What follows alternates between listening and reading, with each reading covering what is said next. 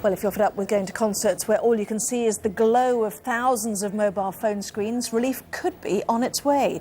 The Times newspaper has uncovered a patent application filed by Apple to create a device which would sense when someone is trying to record a gig on their smartphone and then shut down the camera. This report from Sky's Lucy Cotter contains some flash photography. To some, it's an essential part of their experience. To others, it can get in the way of a live event. Mobiles are increasingly being used by fans to film gigs and to share material, but there are plans that might cut this out in the future. Apple, which accounts for 1/5 of the mobile phone market, is working on technology which may block iPhones from recording some live events. So, how will it work? Well, when you hold up your iPhone at a venue like Coco's here in London, special sensors installed around the building will be triggered, and these sensors will instruct your phone to disable its camera and stop you taking any footage. So why would Apple want to stop its customers from using one of its most popular features? It's all tied into iTunes. Are they looking to work with record companies to help with copyright so they can then open up negotiations for their content that arrives on iTunes?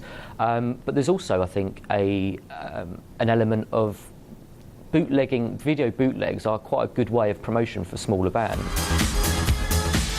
Indeed, some venues actively encourage fans to use their mobile phones. O2 has launched a YouTube channel where people can upload footage they've shot at their music venues. Some bands also approve, believing sharing videos plays an important role in expanding their fan base. Others, like Vintage Trouble, have mixed feelings. You know, as an artist, you always have to be on your game because you know that everything is going to be filmed, which is fine. But you can never really relax with that because you know that when you wake up the next morning, that entire gig for us is on YouTube. You got the camera to record things, so why would you want to disable it?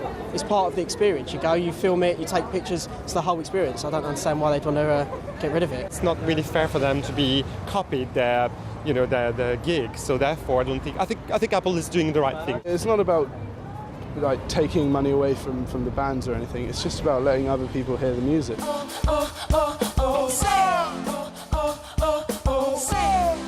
Apple refused to comment on their future plans, but if they proceed, customers may look elsewhere for the technology they require. Lucy Cotter, Sky News.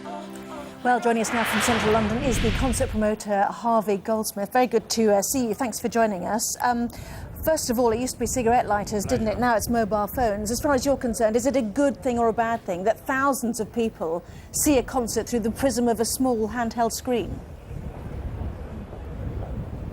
I think there's three issues here. The first issue is the Big Brother effect, which is terribly scary. The fact that you can now have your phone where already Apple have said that they can track where you've been for the last 12 months and every movement you've made. And now it seems that if this patent is correct and the story is correct, that they can actually turn on or turn off your camera in your phone and your video camera and possibly your stills at will at a venue.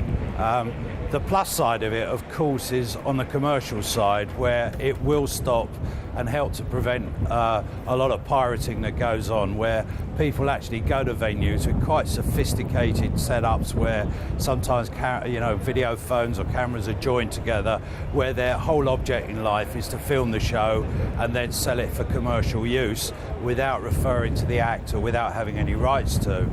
And that is a big issue with the industry, which is suffering very badly and is quite positive. But the negative side of it, I suppose, as you said just now, is it used to be people used to put their lighters up to show satisfaction with an artist, and now part of the whole aura of standing on a stage and seeing hundreds and hundreds of cameras pointing at you, where you're actually spreading the message about those bands. And obviously it helps lots of new acts and puts the established bands on their mettle a bit, often or not. And I manage artists, and often we come home from a gig and before we've actually got into our room, the show's already posted up on YouTube or even Facebook and whatever. It's interesting. It can be extremely annoying because you've got no control over it. But the biggest factor really is to try and prevent all of this pirating that's going on, where people literally are going there for commercial abuse, I suppose is the word. But in truth, the scary part is that Big Brother attitude, that someone can literally take control of your phone and decide what you can do and what you can't do. I'm not sure that's such a good idea. From what you're saying, it's a double-edged sword, isn't it? But for somebody like you, how frustrating is it? You've put on this lavish event, and then there it is, as you say, moments later, all over the internet for free. I mean, to be fair, it's often a grainy, poor picture, isn't it? But how frustrating do you find it? Well, it's not frustrating from a promoter's point of view, because in fact what you're doing is promoting the artist. So if you're playing other cities in a country and it's already up there, people can see what's going on. It often encourages those last-minute people to make decisions they want to go and see the act. So from a promoter's point of view, it's not really negative at all. From a manager of an artist and protecting an artist's intellectual property and copyright point of view, it can be extremely annoying, because there are unfortunately too many unscrupulous people who now deliberately go to shows so they can upload onto their phones in pretty high quality, and they're pretty good at taking these films and then they're aggregating them and selling them in a pirated fashion, where the artist doesn't get anything out of it and nor has no control over the quality of what's being sold or where it's being sold, and that's not good at all, and it's very unhelpful. So it is a double-edged sword.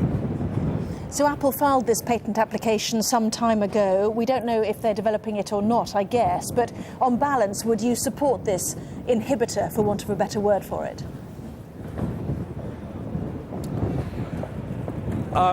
If it's done in a productive way, where everybody's in on the act and the artist can decide whether he wants them turned on or turned off at the venue, as the case may be, that's fine. But I fear that we're moving more and more towards this Big Brother situation, where other people are controlling too much of your life, where you're going, what you're doing, where you eat, where you like to hang out, etc., and indeed who you're with. And I'm not sure that the onward application of this process is a good thing at all. It obviously raises some very fascinating issues. Harvey Goldsmith, band manager and concert promoter, very good to talk to you. Thanks very much indeed. Thank you.